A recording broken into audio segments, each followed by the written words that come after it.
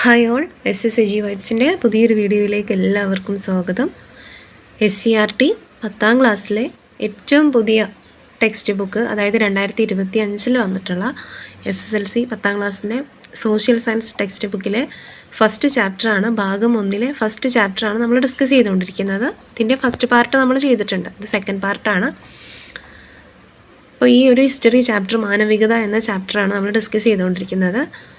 HSA അല്ലെങ്കിൽ കേട്ടറ്റിന് prepare ചെയ്യുന്നവർക്ക് ഏറ്റവും കൂടുതൽ യൂസ്ഫുൾ ആവുന്ന ഒരു ചാപ്റ്ററാണ് ഈ മാനവികത എന്ന് പറയുന്ന ചാപ്റ്റർ. കാരണം ഒരുപാട് ചോദ്യങ്ങൾ റെനൈസൻസുമായി ബന്ധപ്പെട്ടും മറ്റ് പല കാര്യങ്ങളുമായി ബന്ധപ്പെട്ടും ഏറ്റവും കൂടുതൽ ചോദ്യങ്ങൾ വരാൻ സാധ്യതയുള്ള ഒരു ഏരിയ കൂടിയാണ് ഈ ഒരു ചാപ്റ്റർ എന്ന് പറയുന്നത്. അത്യാവശ്യം വളരെ വൈഡായിട്ടുള്ളൊരു ചാപ്റ്റർ തന്നെയാണ്. അതുകൊണ്ടാണ് പാർട്ടായിട്ട് ചെയ്യുന്നത്. മറ്റേത് വളരെ ലെങ്തി ആയി പോകും വീഡിയോ, അതുകൊണ്ടാണ് അങ്ങനെ ചെയ്യുന്നത്. അപ്പോൾ നമ്മുടെ കേട്ടറ്റ് സോഷ്യൽ സയൻസ് ബാച്ചിനും സെറ്റ് ഹിസ്റ്ററിയുടെ PDF ബാച്ചിനും നിങ്ങൾ ആരെങ്കിലും ജോയിൻ ചെയ്യാൻ ഉദ്ദേശിക്കുന്നുണ്ടെങ്കിൽ നമ്മളെ കോൺടാക്ട് ചെയ്യുക. ചെറിയൊരു എമൗണ്ടിന് നിങ്ങൾക്ക് PDF അവൈലബിൾ ആക്കുന്നുണ്ട് വാട്സപ്പിലൂടെ. ഓക്കെ, നേരെ വീഡിയോയിലോട്ട് പോകാം. നമ്മൾ HSAക്ക് വേണ്ടിയിട്ട് നമ്മൾ ക്വസ്റ്റ്യൻ പേപ്പർ ചെയ്യുന്നുണ്ട്. HSA സോഷ്യൽ സയൻസിൻ്റെ ക്വസ്റ്റ്യൻ പേപ്പർ നമ്മൾ ചെയ്തിട്ടുണ്ട്. അപ്പോൾ അതിന് സെപ്പറേറ്റ് പ്ലേലിസ്റ്റ് ഉണ്ട്. കൂടാതെ LPSC UPSC എക്സാമിന് വേണ്ടിയിട്ട് അന്ന് നമ്മൾ ഒരുപാട് social science videos SCERT base ചെയ്തിട്ടുള്ള വീഡിയോസ് ചെയ്തിട്ടുണ്ട്. ഇത് LPUP എന്ന് പറയുന്ന പ്ലേലിസ്റ്റിലും ചിലത് HSAയിലും ഞാൻ ആഡ് ചെയ്തിട്ടുണ്ട്. അപ്പോൾ ആവശ്യമുള്ളവർ, നിങ്ങൾക്ക് ഏറ്റവും കൂടുതൽ യൂസ്ഫുൾ ആവുന്ന കണ്ടൻറ്റുകളാണ്, തീർച്ചയായിട്ടും അതൊന്ന് കണ്ടു നോക്കുക.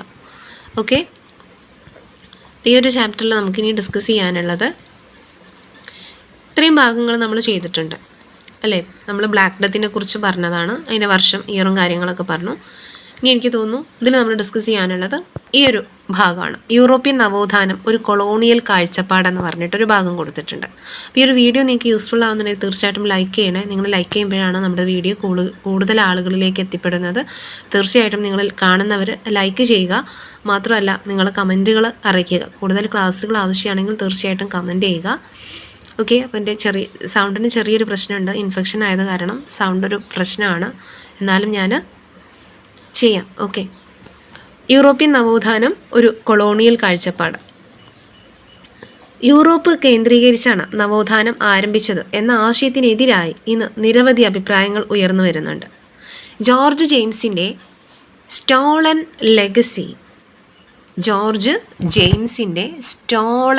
ലെഗസി, അതുപോലെ മാർട്ടിൻ ബെർണലിൻ്റെ black Athena, the Afro Asiatic roots of classic civilization. Okay, അപ്പോൾ ഈ രണ്ട് വർക്കുകളും ഒന്ന് നോട്ട് ചെയ്ത് വെക്കുക. ജോർജ് ജെയിംസിൻ്റെ സ്റ്റോളൻ ലെഗസി, അതുപോലെ മാർട്ടിൻ ബെർണലിൻ്റെ black Athena, the Afro Asiatic roots of classical civilization എന്നീ ഗ്രന്ഥങ്ങൾ ഈ അഭിപ്രായം പങ്കുവയ്ക്കുന്നവയാണ്. ഏതഭിപ്രായമാണ് പങ്കുവയ്ക്കുന്നത്? യൂറോപ്പ് കേന്ദ്രീകരിച്ചാണ് നവോത്ഥാനം ആവിർഭവിച്ചത് എന്ന ആശയത്തിനെതിരായിട്ട്. ഓക്കെ, യൂറോപ്പ് മാത്രം ശരിയും മറ്റെല്ലാം തെറ്റുമാണ്, അല്ലെങ്കിൽ യൂറോപ്യന്മാർ മാത്രം പരിഷ്കൃതരും മറ്റെല്ലാവരും അപരിഷ്കൃതരുമാണ് എന്ന് വരുത്തി തീർക്കാനാണ് കൊളോണിയൽ ചരിത്രകാരന്മാർ ശ്രമിക്കുന്നത് എന്നാണ് ഇവർ വാദിക്കുന്നത്. ഓക്കെ, അപ്പോൾ എല്ലാം ഈ നവോത്ഥാനം ഉണ്ടായിട്ടുള്ളത് യൂറോപ്പ് കേന്ദ്രീകരിച്ചാണ് എന്ന വാദത്തെ എതിർക്കുന്നവരാണ് ഈ രണ്ട് പേരും, ഇവരുടെ പുസ്തകങ്ങളും. അപ്പോൾ അതൊന്ന് നോട്ട് ചെയ്ത് വെക്കുക. ജോർജ് ജെയിംസിൻ്റെ സ്റ്റോളൻ ലെഗസിയും മാർട്ടിൻ ബെർണലിൻ്റെ ബ്ലാക്ക് അദീനയും. ചോദ്യങ്ങൾ എങ്ങനെ വേണമെങ്കിലും ചോദിക്കാം. നമ്മൾ ബുക്സ് ഓതേഴ്സിനൊക്കെ പ്രത്യേകം നോട്ട് ചെയ്ത് വെക്കുക. കൂടുതലും സ്റ്റേറ്റ്മെൻ്റ് ആയിട്ടായിരിക്കും ചോദ്യങ്ങൾ വരുന്നത്. കണ്ടന്റ് നന്നായിട്ട് അറിഞ്ഞിരിക്കണം. ഓക്കെ, നഗരങ്ങളിലെ സമ്പത്ത്, രാഷ്ട്രീയ സ്വാതന്ത്ര്യം, സാമൂഹിക ഐക്യം തുടങ്ങിയവ ജനങ്ങളിൽ പൗരബോധവും ആത്മാഭിമാനവും വളർത്തി. പ്രാചീന റോമാ സാമ്രാജ്യത്തിൽ നിലനിന്നിരുന്ന ക്രമസമാധാനം, ലോ ആൻഡ് ഓർഡർ, അതുപോലെ ഭരണകൂടം എന്നിവയെ സംബന്ധിച്ച ആശയങ്ങൾ ഇറ്റലിയിൽ പ്രചരിച്ചു. അതായത് നഗരങ്ങളിലെ സമ്പത്ത്, അതുപോലെ പൊളിറ്റിക്കലായിട്ടുള്ള അവർക്ക് കുറച്ചുകൂടെ ഫ്രീഡം കിട്ടാൻ തുടങ്ങി, സാമൂഹിക ഐക്യം, ഒരു യൂണിറ്റി അവർക്കിടയിൽ ഉണ്ടായി തുടങ്ങി. ഇതെല്ലാം ജനങ്ങളിൽ അവർക്കിടയിൽ ആ ഒരു സിറ്റിസൺഷിപ്പിനെ കുറിച്ചിട്ടുള്ള ഒരു പൗരബോധം ഉണ്ടായി തുടങ്ങി. ഓക്കെ, പ്രാചീന റോമാ സാമ്രാജ്യത്തിൽ നിലനിന്നിരുന്ന ക്രമസമാധാനവും ഭരണകൂടത്തെക്കുറിച്ച് അവർ ചർച്ച ചെയ്യാൻ തുടങ്ങി, അല്ലെങ്കിൽ അവയുമായി ബന്ധപ്പെട്ട ആശയങ്ങൾ അവർ പ്രചരിപ്പിക്കാൻ തുടങ്ങി. അന്ന് നിലനിൽക്കുന്നല്ല, പ്രാചീന റോമിൽ, ഞാൻ നേരത്തെ പറഞ്ഞിട്ടുണ്ട് ഗ്രീക്കോ റോമൻ ക്ലാസിക്കൽ സിവിലൈസേഷനെ കുറിച്ച്. ഓക്കെ, ഈ ഒരു കാലഘട്ടത്തിൽ ആ ക്ലാസിക്കൽ സിവിലൈസേഷനെ കുറിച്ച് ആളുകൾക്ക് കൂടുതൽ താല്പര്യം ഉണ്ടായിട്ടുള്ള, അല്ലെങ്കിൽ അന്നത്തെ ആശയങ്ങളോട് കൂടുതൽ താല്പര്യം ഉണ്ടായിട്ടുള്ള ഒരു കാലഘട്ടമാണ് ഈ റെനൈസൻസ് കാലഘട്ടം എന്ന് പറയുന്നത്. ആ ഒരു വേർഡ് തന്നെ, റെനൈസൻസ് എന്ന് പറയുന്ന വേർഡ് തന്നെ എന്താണ്, പുനർജനി എന്ന അർത്ഥത്തിലാണ്.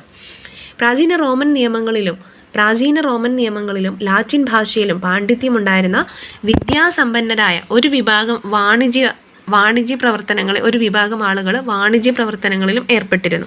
തൽഫലമായി പ്രാചീന ഭാഷ, സാഹിത്യം, സ്ഥാപനങ്ങൾ, പൗരാണികത എന്നിവയിൽ ഇവർക്ക് താല്പര്യം ലഭിച്ചു.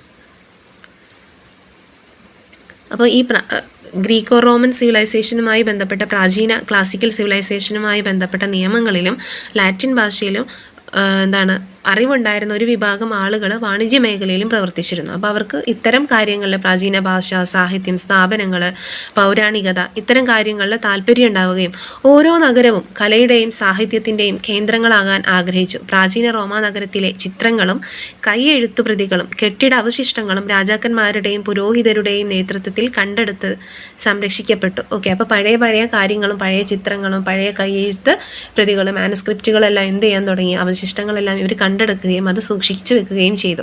കെട്ടിടങ്ങൾ നിർമ്മിക്കുന്നതും കലയെയും സാഹിത്യത്തെയും പ്രോത്സാഹിപ്പിക്കുന്നതും യുദ്ധങ്ങളെക്കാൾ തങ്ങളെ ജനമനസ്സിൽ അനശ്വരമാക്കുമെന്ന് രാജാക്കന്മാർ കരുതി. അപ്പോൾ രാജാക്കന്മാരും ഇതിന് വലിയ സപ്പോർട്ട് നൽകി എന്നാണ് പറയുന്നത്. സമ്പന്നരായ ആളുകൾ തങ്ങളുടെ ഇടവക ദേവാലയങ്ങൾ മോടി പിടിപ്പിക്കുകയും സന്യാസിനി മഠങ്ങൾ, കത്തീഡ്രലുകൾ എന്നിവയുടെ നിർമ്മാണത്തെ പ്രോത്സാഹിപ്പിക്കുകയും ചെയ്തു. ഫ്ലോറൻസ്, മിലാൻ, റോം, വെനീസ് തുടങ്ങിയ ഇറ്റാലിയൻ നഗരങ്ങളിൽ കലാകാരെ പ്രോത്സാഹിപ്പിക്കുന്നത് പൗരധർമ്മമായി കണക്കാക്കപ്പെട്ടു. സമ്പന്നരായ ആളുകൾ എന്ത് ചെയ്യാൻ തുടങ്ങി, അവരുമായി ബന്ധപ്പെട്ട ഇടവക ദേവാലയങ്ങൾ, സന്യാസി മഠങ്ങൾ, അവരുടെ കത്തീഡ്രലുകൾ എന്നിവയുടെ നിർമ്മാണത്തെ പ്രോത്സാഹിപ്പിച്ചു. അതിനു വേണ്ടിയിട്ടുള്ള ഫണ്ട് നൽകാൻ തുടങ്ങി. ഫ്ലോറൻസ്, മിലാൻ, റോം, വെനീസ് തുടങ്ങിയ പ്രധാനപ്പെട്ട ഇറ്റാലിയൻ നഗരങ്ങളിൽ കലാകാരന്മാരെ പ്രോത്സാഹിപ്പിക്കുകയും ചെയ്തു. 1453 ആ ഒരു ഇയർ വളരെ വളരെ വളരെ ഇമ്പോർട്ടൻ്റ് ആണ്. 1453 എന്ന് പറയുന്ന വർഷം. ഓക്കെ, എന്തായിരുന്നു വേൾഡ് ഹിസ്റ്ററിയിൽ വലിയ ചേഞ്ച് ഉണ്ടാക്കിയിട്ടുള്ള, അല്ലെങ്കിൽ വേൾഡ് ഹിസ്റ്ററിയിൽ ഒരു ടേണിംഗ് പോയിന്റ് ആയിട്ട് തന്നെ പറയുന്ന ഒരു ഇയറാണ് 1453. തുർക്കികൾ കിഴക്കൻ റോമാ സാമ്രാജ്യത്തിൻ്റെ തലസ്ഥാനമായ കോൺസ്റ്റാന്റിനോപ്പിൾ പിടിച്ചെടുത്ത വർഷമാണ് 1453. 1453 തുർക്കികൾ കിഴക്കേ റോമാ സാമ്രാജ്യം, ബൈസാന്റൈൻ എംപയറിൻ്റെ ക്യാപിറ്റലായിട്ടുള്ള കോൺസ്റ്റാന്റിനോപ്പിൾ പിടിച്ചെടുത്തു. ഇതാണ് പിന്നീട് യൂറോപ്യൻസിനും പോർച്ചുഗീസുകാർക്കും മറ്റും ഇന്ത്യയിലേക്കും ഈസ്റ്റേൺ കൺട്രീസിലേക്കും വരാൻ ഒരു സമുദ്രമാർഗം അല്ലെങ്കിൽ മറ്റൊരു വഴി കണ്ടുപിടിക്കുന്നതിന് പ്രേരകമായത് ഈ ഒരു സംഭവമാണ്. ഓക്കെ, അപ്പോൾ അത് വേൾഡ് ഹിസ്റ്ററിയിൽ വളരെ പ്രധാനപ്പെട്ട ഒരു ഇയറാണ്. അത് പ്രത്യേകം നോട്ട് ചെയ്യുക. 1453 തുർക്കികൾ കോൺസ്റ്റാന്റിനോപ്പിൾ പിടിച്ചെടുത്തു. പ്രാചീന ഗ്രീക്കോ റോമൻ സാഹിത്യ കൃതികളുടെ കൈയെഴുത്ത് പ്രതികൾ കൈവശമുണ്ടായിരുന്ന നിരവധി പണ്ഡിതരുടെ കേന്ദ്രമായിരുന്നു കോൺസ്റ്റാന്റിനോപ്പിൾ. ഇത്തരം ആൻഷ്യൻ്റ് ടെക്സ്റ്റുകളും ആൻഷ്യൻ്റ് റിലേറ്റഡ് ആയിട്ടുള്ള കുറേ കാര്യങ്ങൾ ആരുടെ കൈവശമുണ്ടായിരുന്നു, കോൺസ്റ്റാന്റിനോപ്പിളിലെ ജനങ്ങളിൽ അല്ലെങ്കിൽ അവിടുത്തെ പണ്ഡിതരിൽ. തുർക്കികളുടെ ആക്രമണത്തെ തുടർന്ന് അവർ തങ്ങളുടെ കൈവശമുള്ള കൈയെഴുത്ത് പ്രതികളുമായി എവിടേക്ക് നീങ്ങാൻ തുടങ്ങി, ഇറ്റാലിയൻ നഗരങ്ങളിലേക്ക് വന്നു. മധ്യകാലത്ത് സർവകലാശാലകളിൽ മാത്രം ഒതുങ്ങി നിന്ന അന്വേഷണങ്ങളും പഠനങ്ങളും ലൈബ്രറികളിലേക്ക് വ്യാപിക്കാൻ തുടങ്ങി. സമ്പത്തും രാഷ്ട്രീയ സ്വാതന്ത്ര്യവും കലാപരമായ പുരോഗതിക്കും സാംസ്കാരിക രംഗത്തെ പരീക്ഷണങ്ങൾക്കും വഴിയൊരുക്കി. അപ്പോൾ നമ്മൾ പറഞ്ഞു, ട്രേഡിലൂടെ ഇവർക്ക് കൂടുതൽ ലാഭം ഉണ്ടാകുന്നുണ്ട്. അപ്പോൾ ഇത്തരം സമ്പത്തുകൾ ഇവർ എന്തിനു വേണ്ടിയിട്ട് ഉപയോഗിക്കാൻ തുടങ്ങി, സമ്പത്തും ഈ രാഷ്ട്രീയ സ്വാതന്ത്ര്യമൊക്കെ കലാ സാംസ്കാരിക രംഗത്തെ പുരോഗതിക്ക് വേണ്ടിയിട്ട് ഉപയോഗിക്കാൻ തുടങ്ങി. ഇതോടെ സാംസ്കാരിക രംഗത്തും വൈജ്ഞാനിക മേഖലയിലും പുത്തൻ ആശയങ്ങൾ പ്രകടമാക്കാൻ തുടങ്ങി.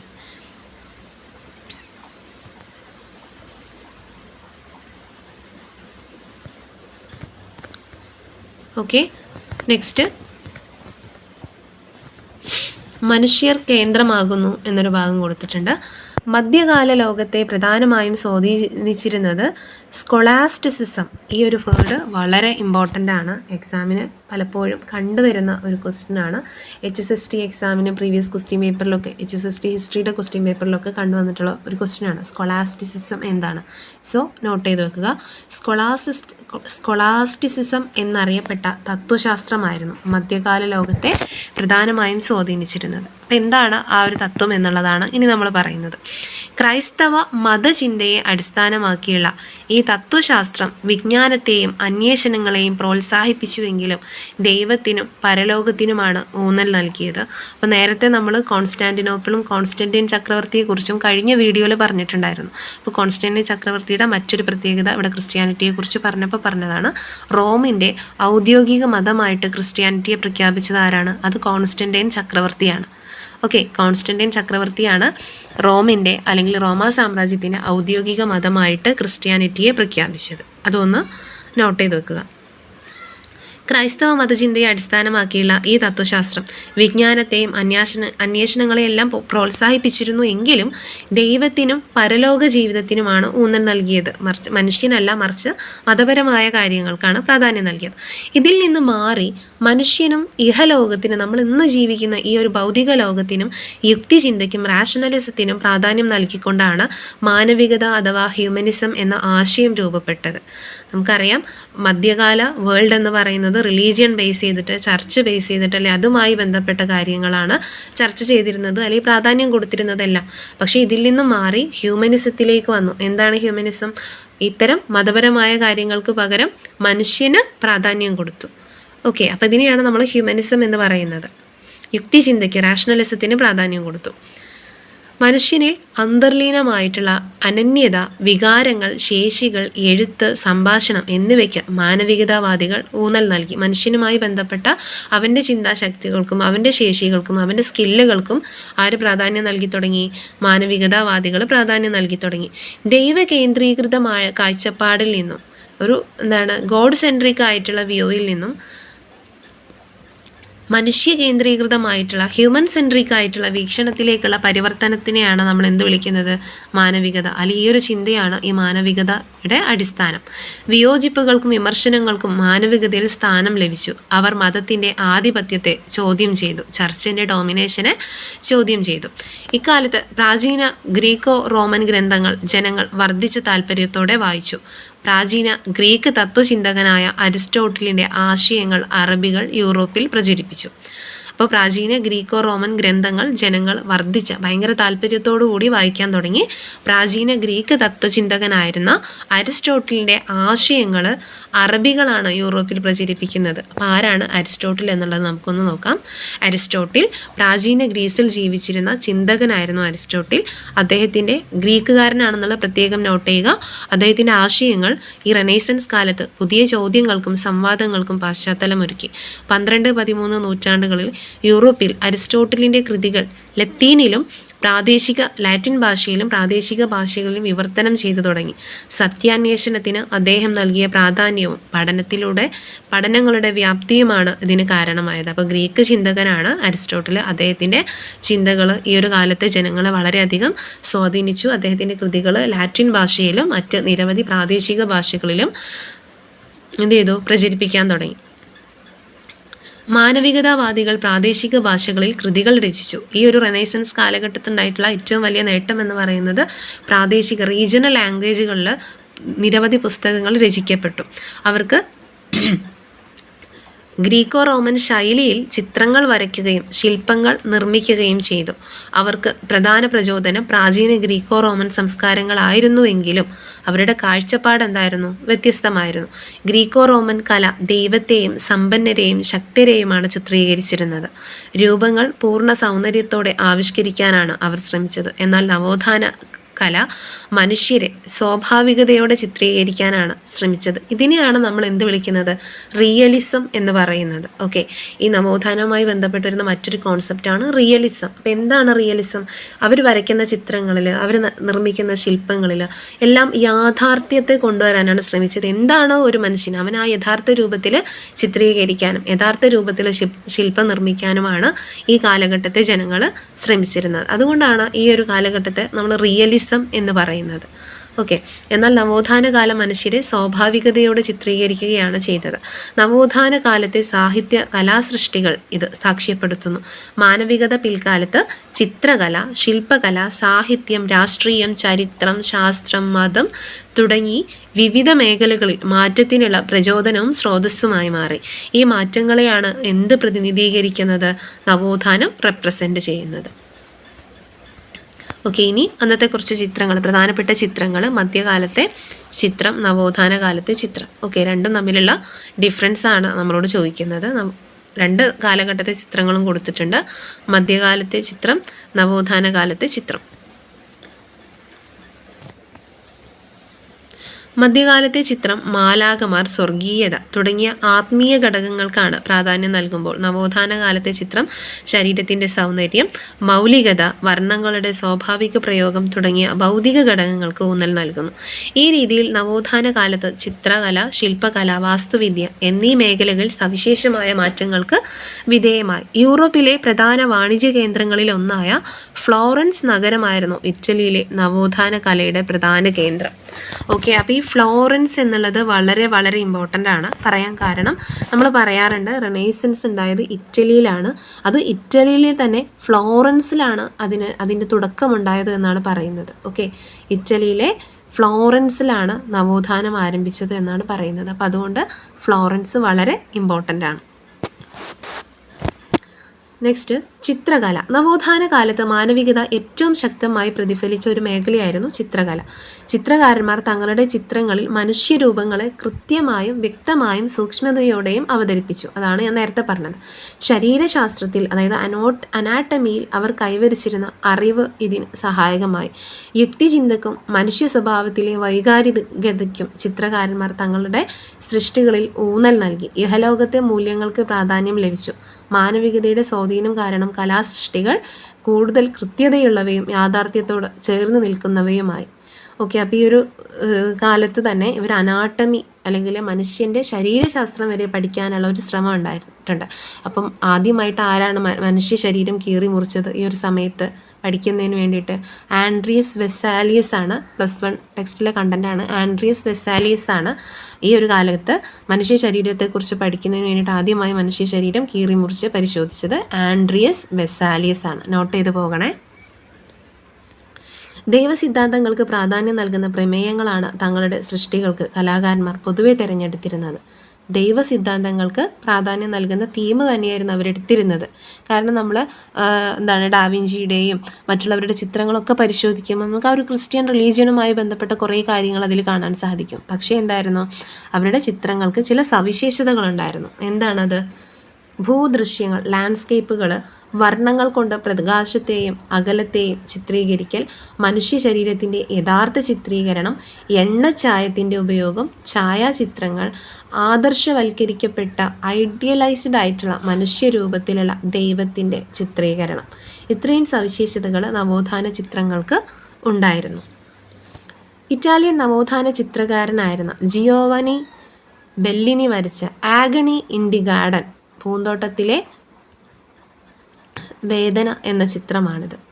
ഓക്കെ, അപ്പോൾ ഇവിടെ പറയുന്ന ചിത്രകാരന്മാർ അവരുടെ ചിത്രം അല്ലെ പെയിൻറ്റിങ് ഏതാണെന്നുള്ളത് നിങ്ങൾ എന്ത് ചെയ്യുക, പ്രത്യേകം നോട്ടിൽ എഴുതി തന്നെ പോവുക. ചിത്രകാരൻ ജിയോവനി ബെല്ലിനിയുടെ ചിത്രം agony in the garden. Okay, olive പർവ്വതത്തിൽ ക്രിസ്തു മുട്ടുകുത്തി പ്രാർത്ഥിക്കുമ്പോൾ ശിഷ്യർ അദ്ദേഹത്തിൻ്റെ സമീപത്ത് ഉറങ്ങുന്നു. ക്രിസ്തുവിനെ പിടികൂടാൻ റോമൻ പടയാളികൾ വരുന്നതും പശ്ചാത്തലത്തിൽ കാണാം. ഇറ്റാലിയൻ നവോത്ഥാന ചിത്രകാരനായ പിയറോ ഡെല്ല ഫ്രാൻസിസ്കയുടെ പ്രശസ്തമായ ഇരട്ട എണ്ണഛായാചിത്രമായ ഡിപ്റ്റിക് ഓഫ് ഫെഡറിക്കോ ഡാ മോണ്ടെ ഫെൽഡ്രോയും ബാറ്റിസ്റ്റ സ്ഫോർസയും വളരെ ഇമ്പോർട്ടൻ്റ് ആണ്. ഈ പേരുകൾ നിങ്ങൾ എന്ത് ചെയ്യുക, പ്രത്യേകം നോട്ടിൽ എഴുതി വെക്കുക. ഇറ്റാലിയൻ നവോത്ഥാന ചിത്രകാരനായ പിയറോ ഡെല്ല ഫ്രാൻസിസ്കയുടെ പ്രശസ്തമായിട്ടുള്ള 2 ചിത്രങ്ങളാണ്. ഏതൊക്കെയാണ്? ഡിപ്റ്റിക് ഓഫ് ഫെഡറിക്കോ ഡാ മോണ്ടെ എന്ന് പറയുന്നതും ഫെഡറിക്കോ ഡാ മോണ്ടെ ഫെൽഡ്രോ എന്ന് പറയുന്ന ചിത്രവും ബാറ്റിസ്റ്റ സ്ഫോർസയും. എന്തെങ്കിലും കോഡോ മറ്റോ വെച്ചിട്ട് നിങ്ങൾ എന്ത് ചെയ്യുക, അത് പഠിച്ചു പോവുക. ഓക്കെ,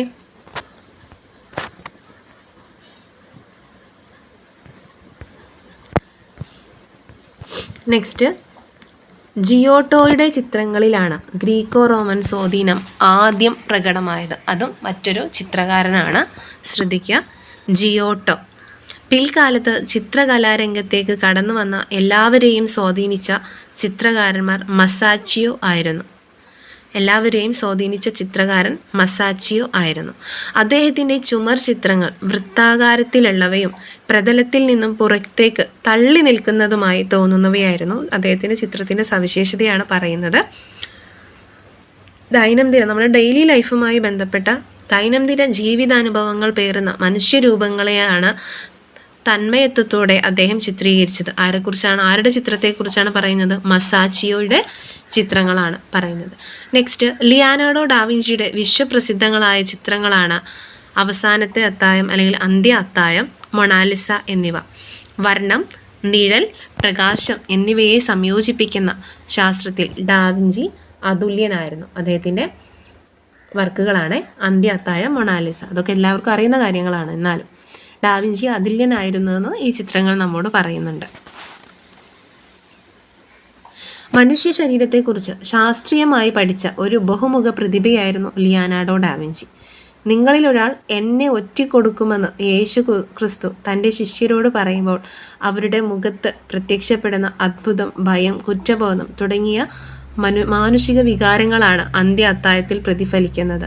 മൊണാലിസയുടെ നിഗൂഢമായ മുഖഭാവത്തിൽ ഉത്തരം കിട്ടാത്ത നിരവധി ചോദ്യങ്ങൾ ഡാവിഞ്ചി ഒളിപ്പിച്ചു വെച്ചിരുന്നു എന്നതാണ് പൊതുവെ വിലയിരുത്തപ്പെടുന്നത്. അദ്ദേഹത്തിൻ്റെ ചിത്രങ്ങളാണ് അവസാനത്തെ അന്ത്യ അത്താഴം അല്ലെങ്കിൽ അതുപോലെ മൊണാലിസ. വത്തിക്കാനിലെ സിസ്റ്റൈൻ ചാപ്പലിൻ്റെ മുകൾ തട്ടിൽ വരച്ച ചുമർ ചിത്രങ്ങളും അന്ത്യവിധിയും മൈക്കലാഞ്ചലോ എന്ന മറ്റൊരു പ്രതിഭാശാലിയെ അനശ്വരനാക്കുന്നു. അപ്പം മൈക്കലാഞ്ചലോയുടെ വർക്കാണ് സിസ്റ്റീൻ ചാപ്പലിൻ്റെ മച്ചിൽ വരച്ചിട്ടുള്ള ചിത്രം ആരുടേതാണ്? മൈക്കലാഞ്ചലോയുടേതാണ്. അതുപോലെ അന്ത്യവിധി ആരുടേതാണ്? അതും മൈക്കലാഞ്ചലോയുടേതാണ്. അപ്പോൾ അതൊന്ന് നോട്ട് ചെയ്ത് വെക്കുക. ശക്തരും സുന്ദരരുമായ മനുഷ്യരായിരുന്നു അദ്ദേഹത്തിൻ്റെ മിക്ക ചിത്രങ്ങളുടെയും കേന്ദ്രബിന്ദു. നവോത്ഥാന കാലത്ത് ശ്രദ്ധ നേടിയ മറ്റു രണ്ട് ചിത്രകാരായിരുന്നു ടിഷ്യനും റാഫേലും. മനുഷ്യരെ വിവേകികളും മിതവാദികളും അന്തസ്സുള്ളവരുമായി റാഫേൽ ചിത്രീകരിച്ചു. ഇവരുടെ ചിത്രങ്ങളിൽ ആശയത്തോടൊപ്പം സൗന്ദര്യത്തിനും ഊന്നൽ നൽകി. അവരുടെ ഫോട്ടോസാണ് അവിടെ കൊടുത്തിട്ടുള്ളത്, ജസ്റ്റ് ഒന്ന് നോക്കുക. നെക്സ്റ്റ്, ശില്പകല. ചിത്രകല നമ്മൾ നോക്കി. നെക്സ്റ്റ്, ശില്പകലയാണ്.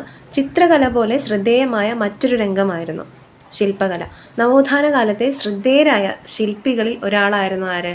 ഡൊണാറ്റലോ. ഇമ്പോർട്ടൻ്റ് ആണ്, പേര് നോട്ട് ചെയ്യുക, ഡൊണാറ്റലോ. മധ്യകാല ഗോത്തിക് ശൈലി. അപ്പം മധ്യകാല ശില്പകലയുടെ സവിശേഷത എന്തായിരുന്നു? ഗോത്തിക് ശൈലിയിലാണ് ചെയ്തിരുന്നത്.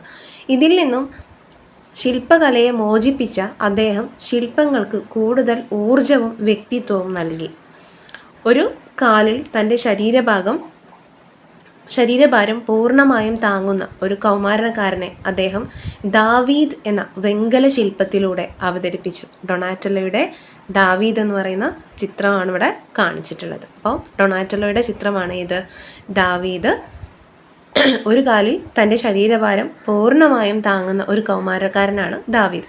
അദ്ദേഹത്തിൻ്റെ ഗത്താമലാത്ത എന്ന് പറയുന്ന കുതിരപ്പുറത്തിരിക്കുന്ന യോദ്ധാവിൻ്റെ ശില്പം, ചിലപ്പം ഈ ഒരു പേരായിരിക്കാം ചോദിക്കുന്നത്, ഗത്താമലാത്ത എന്ന പേര് ചോദിക്കാം. അല്ലെങ്കിൽ എങ്ങനെ ചോദിക്കാം? കുതിരപ്പുറത്തിരിക്കുന്ന യോദ്ധാവിൻ്റെ ശില്പം നിർമ്മിച്ചത് ആര് എന്നും ചോദിക്കാം. ഗത്താമലാത്ത എന്ന കുതിരപ്പുറത്തിരിക്കുന്ന യോദ്ധാവിൻ്റെ ശില്പം പ്രാചീന റോമിലെ കുതിരപ്പടയാളികളെ ഓർമ്മിപ്പിക്കുന്നു. മതേതരനായ ഒരു വീരനെ അനശ്വരനാക്കുക എന്ന ദൗത്യമാണ് ഡൊണാറ്റലോ ഇതിൽ നിർവഹിച്ചിരിക്കുന്നത്. മതേതരനായിട്ടുള്ള ഒരു വീരനെ അനശ്വരനാക്കുക. ഓക്കെ, അപ്പോൾ ഈ ഒരു കാര്യം കൂടെ നോട്ട് ചെയ്യുക. ഡൊണാറ്റലോയുടെ രണ്ട് ചിത്രങ്ങൾ, ഒന്ന് ദാവീദ്, ചിത്രങ്ങളല്ല ശില്പങ്ങൾ, ഒന്ന് ദാവീദ്, മറ്റൊന്ന് ഗത്താമലാത്ത. ഓക്കെ, ചിലപ്പം കുറേ ചിത്രങ്ങളും അതിൽ ഒരു ശില്പത്തിൻ്റെ പേരും തന്നിട്ട് എന്താണ് ഇതിൽ കൂട്ടത്തിൽപ്പെടാത്ത, അങ്ങനെയൊക്കെ നമുക്ക് മനസ്സിലാക്കാൻ പറ്റണം. അപ്പം ഗത്താമലാത്ത അതുപോലെ ദാവീദ് എന്ന് പറയുന്നത് എന്താണ്? അന്നത്തെ ശില്പങ്ങളാണ് ഡൊണാറ്റലോയുടെ. മനുഷ്യരൂപത്തിൽ ദൈവത്തെ അവതരിപ്പിക്കുന്ന മൈക്കലാഞ്ചലോയുടെ ശില്പങ്ങൾ പ്രാചീന ഗ്രീക്കോ റോമൻ ശൈലിയിൽ നിന്നും വഴിമാറി സഞ്ചരിച്ചു. മനുഷ്യരൂപത്തിൽ ദൈവത്തെ അവതരിപ്പിക്കുന്ന ചിത്രങ്ങൾ ശില്പങ്ങൾ. ക്രിസ്തുവിൻ്റെ ശരീരം മടിയിൽ കിടത്തിയിരിക്കുന്ന മേരിയെ ചിത്രീകരിക്കുന്ന ശില്പമായ പിയത്ത. അപ്പോൾ പിയത്ത ആരുടെ ശില്പമാണ്? മൈക്കലാഞ്ചലോയുടെ ശില്പമാണ് പിയത്ത. വീരനായ ദാവീദിൻ്റെ ശില്പവും അദ്ദേഹത്തെ അനശ്വരനാക്കി. അപ്പോൾ ദാവീദ് എന്ന് പറയുന്ന 2 ചിത്രങ്ങളുണ്ട്. ഒന്ന് മൈക്കലാഞ്ചലോയുടേതും ഉണ്ട്, നേരത്തെ നമ്മൾ ഒന്ന് ഡിസ്കസ് ചെയ്തതാണ്. ഓക്കെ, ഡൊണാറ്റലോയുടെ ചിത്രമുണ്ട്, ദാവീദ്. നെക്സ്റ്റ് വാസ്തുവിദ്യയാണ്. ചിത്രകലയ്ക്കും ശില്പകലയ്ക്കും പുറമെ മാറ്റങ്ങൾക്ക് സാക്ഷ്യം വഹിച്ച മറ്റൊരു മേഖല വാസ്തുവിദ്യാരംഗമായിരുന്നു. ഫിലിപ്പോ ബ്രൂണലസ്കി വാസ്തുവിദ്യാരംഗത്ത് പുതിയ ശൈലിക്ക് തുടക്കം കുറിച്ചു. ആരാണ്? ഫിലിപ്പോ ബ്രൂണലസ്കി. മധ്യകാലത്ത് നിലനിന്നിരുന്ന ഗോത്തിക് വാസ്തുവിദ്യാ ശൈലിയിൽ നിന്നും അന്നത്തെ ശില്പകലയുടെയും അല്ലെങ്കിൽ വാസ്തുവിദ്യ കലയുടെയും മധ്യകാലത്ത് നിലനിരുന്ന ശൈലി ഏതായിരുന്നു? ഗോത്തിക് ശൈലിയാണ്. അപ്പം അതിൽ നിന്നും വ്യത്യസ്തമായി പ്രാചീന ഗ്രീക്കോ റോമൻ ക്ലാസിക്കൽ ശൈലിയുടെ സ്വാധീനം ഈ കാലത്തെ അല്ലെങ്കിൽ റെനേസൻസ് കാലത്തെ ആർക്കിടെക്ചറിൽ നമുക്ക് കാണാൻ സാധിക്കുന്നതാണ്. ബ്രൂണലസ്കി രൂപകൽപ്പന ചെയ്ത താഴികക്കുടത്തിൻ്റെ ഫോട്ടോയാണ് ഇവിടെ കാണിച്ചിട്ടുള്ളത്. ഫ്ലോറൻസിൽ നിർമ്മിച്ച കത്തീഡ്രലിൽ കാണാം. ഗോത്തിക് ശൈലിയിലെ ഉയർന്ന ഗോപുരങ്ങൾക്ക് പകരം താഴികക്കുടങ്ങളായിരുന്നു, അഥവാ ഡ്യൂമോ എന്നാണ് ഈ താഴികക്കുടങ്ങൾക്ക് പറയുന്നത്, ഇവയ്ക്ക് ഉണ്ടായിരുന്നത്. അപ്പോൾ ഫ്ലോറൻസിലെ കത്തീഡ്രലിൽ എന്ത് കാണുന്നുണ്ട്? കത്തീഡ്രലിൽ നിർമ്മിച്ച ഡ്യൂമോ അല്ലെങ്കിൽ താഴികക്കുടങ്ങൾ ആര് രൂപകൽപ്പന ചെയ്തതാണ്? ഫിലിപ്പോ ബ്രൂണലസ്കി ചെയ്തതാണ് എന്നുള്ളത് നോട്ട് ചെയ്ത് വെക്കുക. മൈക്കലാഞ്ചലോ, ബ്രമാന്തെ തുടങ്ങിയവരുടെ നേതൃത്വത്തിൽ റോമിൽ പണി കഴിപ്പിച്ച സെൻറ്റ് പീറ്റേഴ്സ് ബസിലിക്കയിൽ ഈ ശൈലി കൂടുതൽ പ്രകടമാണ്. ഇനി എന്താണ് ഗോത്തിക് ശൈലി എന്നുള്ളത് ചെറിയൊരു ഡിസ്ക്രിപ്ഷൻ കൊടുത്തിട്ടുണ്ട്. മധ്യകാലത്തിൻ്റെ 2ാം പകുതിയിൽ യൂറോപ്പിൽ വികസിച്ചു വന്ന വാസ്തുവിദ്യാ ശൈലിയെയാണ് എന്ത് വിളിക്കുന്നത്? ഗോത്തിക് ശൈലി എന്ന് പറയുന്നത്. മധ്യകാല യൂറോപ്പിൽ വികസിച്ച് വന്നിട്ടുള്ള വാസ്തുവിദ്യാ ശൈലിയാണ്. ഫ്രാൻസിലാണ് ഈ ഗോത്തിക് ശൈലി ആദ്യം ഉണ്ടായിട്ടുള്ളത്. ഫ്രാൻസിലാണ്. മുനയുള്ള കമാനങ്ങൾ അഥവാ പോയിന്റഡ് ആർച്ചാണ് ഇതിൻ്റെ പ്രധാന സവിശേഷത. മുനയുള്ള കമാനങ്ങൾ അഥവാ പോയിന്റഡ് ആർച്ചാണ് ഇതിൻ്റെ പ്രത്യേകത. നിരവധി ദേവാലയങ്ങളും സർവകലാശാലകളും ഈ മാതൃകയിൽ യൂറോപ്പിൽ നിർമ്മിക്കപ്പെട്ടിട്ടുണ്ട്. ഓക്കെ, അതിൻ്റെ ഒരു ഫോട്ടോ കൂടെ താഴെ കൊടുത്തിട്ടുണ്ട്, അപ്പോൾ അതൊന്ന് നോക്കുക. ഓക്കെ, സെൻറ്റ് പീറ്റേഴ്സ് ബസിലിക്കയുടെയും ഒരു ഫോട്ടോ ഇതിൽ കൊടുത്തിട്ടുണ്ട്. അപ്പോൾ പ്രധാനമായിട്ടും ഞാൻ പറഞ്ഞ ചിത്രകാരന്മാർ ശില്പകല അവരുടെ വർക്കുകളെല്ലാം പ്രത്യേകം എന്ത് ചെയ്യുക? നോട്ട് ചെയ്ത് തന്നെ പോകാൻ ശ്രദ്ധിക്കുക. നെക്സ്റ്റ് നമുക്ക് ഡിസ്കസ് ചെയ്യാനുള്ളത് നവോത്ഥാന ലിറ്ററേച്ചർ, റെനൈസൻസ് ലിറ്ററേച്ചറിനെ കുറിച്ചാണ്, സാഹിത്യത്തെക്കുറിച്ചാണ്. നമ്മുടെ വിധിയെ നിർണ്ണയിക്കാൻ കഴിയുന്നത് നക്ഷത്രങ്ങൾക്കല്ല, നമുക്ക് തന്നെയാണ്. വില്യം ഷേക്സ്പിയറുടെ പ്രശസ്തമായ ജൂലിയസ് സീസർ എന്ന നാടകത്തിലെ വരികളാണ്. നമ്മുടെ വിധിയെ നിർണ്ണയിക്കാൻ കഴിയുന്നത് നക്ഷത്രങ്ങൾക്കല്ല, മറിച്ച് ആർക്കാണ്? നമുക്ക് തന്നെയാണ് എന്ന ഷേക്സ്പിയറിൻ്റെ പ്രശസ്തമായ ജൂലിയസ് സീസർ എന്ന നാടകത്തിലെ വരികളാണിത്. നവോത്ഥാനം സ്വാധീനിച്ച സാഹിത്യകാരിൽ ഒരാളായിരുന്ന ഷേക്സ്പിയറുടെ ഈ വരികളിൽ മാനവികതയുടെ ശക്തി എത്രമാത്രം പ്രതിഫലിക്കുന്നു എന്ന് പരിശോധിക്കൂ. അപ്പോൾ നവോത്ഥാനം ഇൻഫ്ലുവൻസ് ചെയ്യപ്പെട്ടിട്ടുള്ള ഒരാൾ കൂടിയാണ് ആര്? William Shakespeare. അദ്ദേഹത്തിൻ്റെ വർക്ക് ജൂലിയസ് സീസർ. നവോത്ഥാന സാഹിത്യകാരൻ വ്യക്തി സ്വാതന്ത്ര്യത്തിനും മതേതര മൂല്യങ്ങൾക്കും പ്രാധാന്യം നൽകി. എന്തിനായിരുന്നു? വ്യക്തി സ്വാതന്ത്ര്യത്തിനും മതേതര മൂല്യത്തിനും. മധ്യകാലത്ത് നിലനിന്നിരുന്ന സ്കൊളാസ്റ്റിസിസത്തിൽ നിന്നുമുള്ള മോചനമായിരുന്നു നവോത്ഥാന സാഹിത്യത്തിൻ്റെ അടിസ്ഥാന സവിശേഷത. എന്തായിരുന്നു സ്കൊളാസ്റ്റിസിസം? നമ്മൾ നേരത്തെ പറഞ്ഞതാണ്. എന്തായിരുന്നു? മതത്തിന് പ്രാധാന്യം കൊടുക്കുന്ന, മതവുമായി ബന്ധപ്പെട്ട കാര്യങ്ങൾക്ക് അല്ലെങ്കിൽ പരലോക ജീവിതത്തിന് പ്രാധാന്യം കൊടുക്കുന്ന ചിന്താഗതിയായിരുന്നു സ്കൊളാസ്റ്റിസിസം. ഓക്കെ, ഇതിൽ നിന്നുള്ള മോചനമായിരുന്നു നവോത്ഥാന സാഹിത്യത്തിൻ്റെ അടിസ്ഥാന സവിശേഷത. പ്രാചീന ഗ്രീക്കോ റോമൻ സംസ്കാരത്തിൻ്റെ സ്വാധീനം ഉണ്ടായിരുന്നുവെങ്കിലും ലാറ്റിൻ ഭാഷയ്ക്ക് പകരം ഏത് ഭാഷകൾക്ക് പ്രാധാന്യം കൊടുത്തിരുന്നു? പ്രാദേശിക ഭാഷയിലാണ് മിക്ക നവോത്ഥാന സാഹിത്യകാരന്മാരും രചനകൾ നടത്തിയത്. ഗദ്യ സാഹിത്യത്തിന് ഇക്കാലത്ത് കൂടുതൽ പ്രാധാന്യം ലഭിച്ചു. പ്രാദേശിക ഭാഷയിലും ഗദ്യരൂപത്തിലും രചനകൾ നടത്തുന്നത് സമൂഹത്തിന്, അത് കുട്ടികൾക്കുള്ളൊരു ക്വസ്റ്റ്യനാണ്, നമുക്ക് വേണ്ട. നവോത്ഥാന കാലത്തെ ശ്രദ്ധേയനായ സാഹിത്യകാരനായിരുന്നു ഡിവൈൻ കോമഡിയുടെ രചയിതാവായിട്ടുള്ള ദാന്തെ. ഓക്കെ, ദാന്തെയുടെ വർക്ക് നോട്ട് ചെയ്യുക. Divine comedy. ഏതാണ്? ഡിവൈൻ കോമഡി എന്ന കൃതി രചിച്ചത് ദാന്തെയാണ്. നരകം, ശുദ്ധീകരണ സ്ഥലം, സ്വർഗം എന്നിവയിലൂടെയുള്ള ദാന്തെയുടെ സാങ്കല്പിക തീർത്ഥാടനമാണ് ഈ കവിതയുടെ പ്രമേയം. പക്ഷേ മനുഷ്യസ്നേഹം, രാജ്യസ്നേഹം, പ്രകൃതി പ്രതിഭാസങ്ങളോടുള്ള താല്പര്യം, സ്വാതന്ത്ര്യവും ഏകീകൃതവുമായ ഇറ്റലിക്ക് വേണ്ടിയിട്ടുള്ള മോഹങ്ങൾ എന്നിവയും ഇതിൽ പ്രതിഫലിക്കുന്നു. അപ്പോൾ ദാന്തെ തൻ്റെ വർക്ക് എഴുതിയിട്ടുള്ളത് ലാറ്റിൻ ഭാഷയിലല്ല, മറിച്ച് ഏതിലാണ്? അന്നത്തെ പ്രാദേശിക ഭാഷയിലാണ് ഡിവൈൻ കോമഡി എന്ന കൃതി ദാന്തെ രചിച്ചിട്ടുള്ളത്. മറ്റൊരു വിശ്വപ്രസിദ്ധ സാഹിത്യകാരനായ പെട്രാർക്ക് മാനവികതയുടെ പ്രചാരകരിൽ ഒരാളായിരുന്നു. മുന്നേ വന്നിട്ടുള്ള ഈ ലാസ്റ്റ് നടന്ന HSST ഹിസ്റ്ററി എക്സാമിൽ ചോദിച്ചൊരു ക്വസ്റ്റ്യൻ ആയിരുന്നു, ഫാദർ ഓഫ് ഹ്യൂമനിസം ആരാണ്? പെട്രാർക്കാണ് ഫാദർ ഓഫ് ഹ്യൂമനിസം അല്ലെങ്കിൽ ഫാദർ ഓഫ് റെനൈസൻസ് എന്ന പേരിൽ അറിയപ്പെടുന്നത്. മാനവികതയുടെ പിതാവ് അല്ലെങ്കിൽ നവോത്ഥാനത്തിൻ്റെ പിതാവ് എന്ന പേരിലൊക്കെ അറിയപ്പെടുന്ന ആളാരാണ്? അത് പെട്രാർക്കാണ്. ഓക്കെ, അദ്ദേഹം ലോറയ്ക്ക് എഴുതിയ പ്രണയഗീതങ്ങൾ ധീരവും വേറിട്ട ശൈലിയിലുള്ളവയുമായിരുന്നു. എന്നാൽ ലാറ്റിൻ ഭാഷയെ ഉപേക്ഷിക്കാൻ പെട്രാർക്ക് തയ്യാറായിരുന്നില്ല.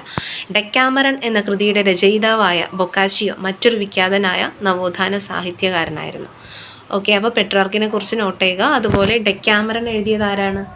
ഡെക്കാമറൺ എന്ന് പറയുന്ന കൃതി എഴുതിയത് ബൊക്കാച്ചിയോ ആണ്. ഡെക്കാമറൺ എഴുതിയത് ബൊക്കാച്ചിയോ ആണ്. ദ പ്രിൻസ് എന്ന കൃതിയിൽ നിക്കോളോ മാക്യവെല്ലി രാഷ്ട്രീയ ചിന്തകളാണ് പങ്കുവെക്കുന്നത്. ദ പ്രിൻസ്, നിക്കോളോ മാക്യവെല്ലി എഴുതിയിട്ടുള്ള കൃതിയാണ് ദ പ്രിൻസ് എന്ന് പറയുന്നത്. കുറച്ചുകൂടെ അഡ്വാൻസ്ഡ് ആയിട്ടുള്ള കാര്യങ്ങളാണ് ഇവിടെ ഡിസ്കസ് ചെയ്യുന്നത്. പ്ലസ് 1 പ്ലസ് 2 പറയുന്ന പോലെയുള്ള കാര്യങ്ങളാണ്, കുറച്ചുകൂടി ഡീപ്പായിട്ടാണ് ഇവിടെ കാര്യങ്ങൾ ഡിസ്കസ് ചെയ്യുന്നത്. താൻ ഭരിക്കുന്ന രാജ്യത്തിൻ്റെ അധികാരവും സുരക്ഷയും നിലനിർത്തുക എന്നത് ഭരണാധികാരിയുടെ സുപ്രധാന കടമയാണെന്ന് അദ്ദേഹം എഴുതി. ജനങ്ങൾ പൊതുവെ സ്വാർത്ഥരും അധികാരത്തോടും ഭൗതിക അഭിവൃദ്ധിയോടും താല്പര്യമുള്ളവരാണ്. അതിനാൽ രാജ്യത്തിൻ്റെ തലവൻ ഒരിക്കലും തൻ്റെ പ്രജകളിൽ ഒരു വിഭാഗത്തോട് പ്രീതിയോ കടപ്പാടോ കാണിക്കാൻ പാടില്ല എന്നും ആര് പറയുന്നുണ്ട്? ദ പ്രിൻസ് എന്ന് പറയുന്ന കൃതിയിൽ നിക്കോളോ മാക്യവെല്ലി പറയുന്നുണ്ട്. അപ്പോൾ രാഷ്ട്രീയ ചിന്തകൾ പങ്കുവയ്ക്കുന്ന നിക്കോളോ മാക്യവെല്ലിയുടെ കൃതിയാണ് ഇത് ദ പ്രിൻസ് എന്ന് പറയുന്നത്. മധ്യകാലത്തെ ഫ്യൂഡൽ ഭരണാധികാരികളിൽ നിന്നും വ്യത്യസ്തനായ ഒരു ഭരണാധികാരിയെയാണ് അദ്ദേഹത്തിൻ്റെ പ്രിൻസ് എന്ന് പറയുന്ന വർക്കിൽ അവതരിപ്പിക്കുന്നത്. ഓക്കെ, നിക്കോളോ മാക്യവെല്ലിയുടെ വർക്ക് ദ പ്രിൻസ്. ഓരോ രാജാവും ക്രൂരതയില്ലാത്ത കരുണാർദ്രൻ എന്ന സൽപ്പേര് ആഗ്രഹിക്കണം. അതേസമയം ആ കരുണ മറ്റാരും ദുരുപയോഗം ചെയ്യാതിരിക്കാനും അദ്ദേഹം ശ്രദ്ധിക്കണം. അതിനാൽ തൻ്റെ ജനങ്ങൾക്കിടയിൽ ഐക്യവും വിശ്വസ്തതയും നിലനിർത്തുന്നതിന് വേണ്ടി ക്രൂരൻ എന്ന പേര് കേൾക്കേണ്ടി വന്നാലും അത് ഒരു രാജാവ് വകവെക്കേണ്ടതില്ല. രാജാവിനെ കുറിച്ചുള്ള മാക്യവെല്ലിയുടെ കാഴ്ചപ്പാടാണ് മുകളിൽ നൽകിയിരിക്കുന്നത്. ഈ കോളത്തിൽ കൊടുത്തതും പട്ടികയിൽ കൊടുത്തതും എല്ലാം വായിച്ചു പോകുന്നത് എന്താണെന്ന് വെച്ചാൽ നമുക്ക് സ്റ്റേറ്റ്മെൻ്റ് ആയിട്ടാണ് ക്വസ്റ്റ്യൻസ് വരുന്നത്. അപ്പോൾ ഏത് ഭാഗത്തുനിന്നും എങ്ങനെയും ചോദിക്കാം. അല്ലെങ്കിൽ ഈ ഒരു സ്റ്റേറ്റ്മെൻറ്റ് തന്നിട്ട് ഇത് ആരുടെ വാക്കുകളാണ് എന്ന് ചോദിക്കാം. അപ്പോൾ അതുകൊണ്ട് ടെക്സ്റ്റിൽ പറഞ്ഞിട്ടുള്ള എല്ലാ കണ്ടൻറ്റും നമ്മൾ വായിച്ചിരിക്കണം, പഠിച്ചിരിക്കണം. ഓക്കെ, അപ്പോൾ ഇത് രാജാവിനെ കുറിച്ചുള്ള മാക്യവെല്ലിയുടെ കാഴ്ചപ്പാടാണ് മുകളിൽ നൽകിയിരിക്കുന്നത്. ഓക്കെ, അപ്പോൾ അതൊന്ന് നോട്ട് ചെയ്യുക. മാനവികതയുടെ പ്രാധാന്യം തിരിച്ചറിഞ്ഞ ചില വനിതകളും ഇക്കാലത്ത് ജീവിച്ചിരുന്നു. അവയിൽ പ്രധാനിയായിരുന്നു മാനവികതാവാദിയും എഴുത്തുകാരിയുമായിരുന്ന കസാൻഡ്ര ഫെതൽ. ഇതെല്ലാം +1 ടെക്സ്റ്റ് ബുക്കിൽ റെനൈസൻസ് ഭാഗത്ത് ഡിസ്കസ് ചെയ്യുന്ന കണ്ടന്റാണ്. മാനവികതാവാദിയും എഴുത്തുകാരിയുമായിട്ടുള്ള കസാൻഡ്ര ഫെതൽ തൻ്റെ രചനകളിലൂടെയും പ്രസംഗങ്ങളിലൂടെയും പ്രശസ്തയായ കസാൻഡ്ര സ്ത്രീകൾക്ക് ഉന്നത വിദ്യാഭ്യാസം നൽകേണ്ടതിൻ്റെ പ്രാധാന്യത്തെക്കുറിച്ച് സംസാരിച്ചു. ഇറ്റലിയിലെ മാനവികതാവാദികളായ പ്രഭുക്കളുമായി കത്തുകളിലൂടെ ആശയവിനിമയം നടത്തിയ അവരുടെ പ്രസംഗങ്ങളും രചനകളും നിരവധി പ്രസിദ്ധീകരണങ്ങളിൽ അച്ചടിച്ച് പ്രചരിപ്പിച്ചു. ഇവിടെ നമ്മൾ മനസ്സിലാക്കേണ്ടത് HSA പഠിക്കുന്ന ആളുകളോടാണ്. നിങ്ങൾക്ക് കൂടുതൽ ആഴത്തിൽ പഠിക്കേണ്ടി വരും ഓരോ ടോപ്പിക്കും. +1 ലെവലിലേക്കെല്ലാം നമ്മൾ പോകേണ്ടി വരും. അപ്പോൾ +1 ലെവലിൽ ഈ ഒരു കണ്ടൻറ്റുമായി ബന്ധപ്പെട്ടൊരു ചാപ്റ്റർ തരുന്നുണ്ട്. അപ്പോൾ ആവശ്യമുള്ളവർ കമൻറ്റ് ചെയ്യുക, വേണമെങ്കിൽ നമുക്കതൊരു ക്ലാസ്സായിട്ട് ചെയ്യാവുന്നതാണ്. പിൽക്കാലത്ത് നവോത്ഥാനം ഇറ്റലിയിൽ നിന്നും മറ്റു രാജ്യങ്ങളിലേക്ക് സാഹിത്യത്തിലേക്കും വ്യാപിക്കാൻ തുടങ്ങി. അവിടങ്ങളിലും നിരവധി കൃതികൾ രചിക്കപ്പെട്ടു. അപ്പോൾ ആ ഒരു ടേബിളാണ് ഇവിടെ കൊടുത്തിട്ടുള്ളത്. ഇറാസ്മസിൻ്റെ ഏറ്റവും പ്രധാനപ്പെട്ട കൃതിയാണ് ഇത് ഇൻ പ്രൈസ് ഓഫ് ഫോളി. അദ്ദേഹം ഏത് രാജ്യക്കാരനാണ്? നെതർലാൻഡ്സുകാരനാണ്. Erasmus in praise of folly, Netherlands. Geoffrey Chaucer Canterbury കഥകൾ. ഇംഗ്ലണ്ടിലെ എഴുത്തുകാരനായിട്ടുള്ള ജെഫ്രി ചോസർ എഴുതിയ കൃതിയാണ് ഇത് കാൻറ്റർബറി കഥകൾ. ഇംഗ്ലണ്ടിലെ തോമസ് മൂർ എഴുതിയ വർക്കാണ് ഉട്ടോപ്പിയ എന്ന് പറയുന്നത് തോമസ് മൂറിൻ്റെ വർക്കാണ്. സ്പെയിനിലെ സെർവാന്തെ എഴുതിയിട്ടുള്ള കൃതിയാണ്. സെർവാന്തെ വളരെ ഫേമസ് ആണ്. സെർവാന്തയുടെ രാജ്യം സ്പെയിനാണ്. അദ്ദേഹത്തിൻ്റെ വർക്കാണ് ഇത് ഡോൺ കിഹോട്ട് എഴുതിയത് സെർവാന്തയാണ്. അതുപോലെ ഫ്രാൻസിലെ റാബലെ എഴുതിയിട്ടുള്ള വർക്കാണ്, ഫ്രാൻസോ റാബലെ എഴുതിയിട്ടുള്ള വർക്കാണ് ഗാർഗൻറ്റുവയും പാൻറ്റഗ്രൂലും. Erasmus in praise of folly. Erasmus എഴുതിയ വർക്കാണ് in praise of folly. Geoffrey Chaucer Canterbury കഥകൾ. Thomas More Utopia. Don Quixote എഴുതിയത് സെർവാന്തെ.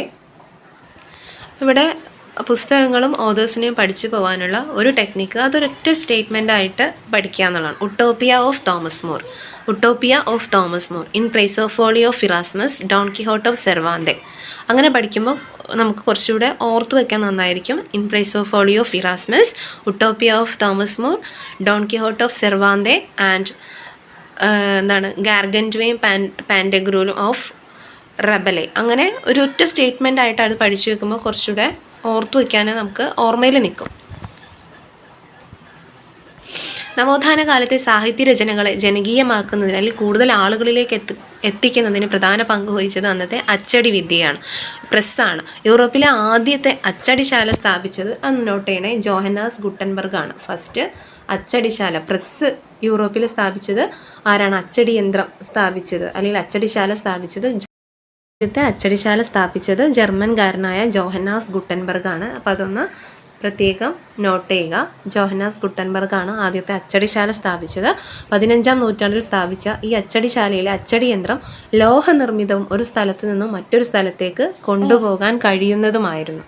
ഓക്കെ, അപ്പോൾ അതൊന്ന് മനസ്സിലാക്കുക. അച്ചടി യന്ത്രത്തിൻ്റെ കണ്ടുപിടുത്തത്തോടുകൂടി ഉണ്ടായിട്ടുള്ള ഒരു നേട്ടം, അറിവിൻ്റെ വ്യാപനം, സാക്ഷരതയിലുണ്ടായ പുരോഗതി എല്ലാം കൊടുത്തിട്ടുണ്ട്. നെക്സ്റ്റ് അച്ചടി യന്ത്രത്തിൻ്റെ ഫോട്ടോ കാണിച്ചിട്ടുണ്ട് ടെക്സ്റ്റിൽ. നെക്സ്റ്റ് നമുക്ക് നോക്കാനുള്ളത് നവോത്ഥാനവും ചരിത്രരചനയും എന്നൊരു ഭാഗമാണ്.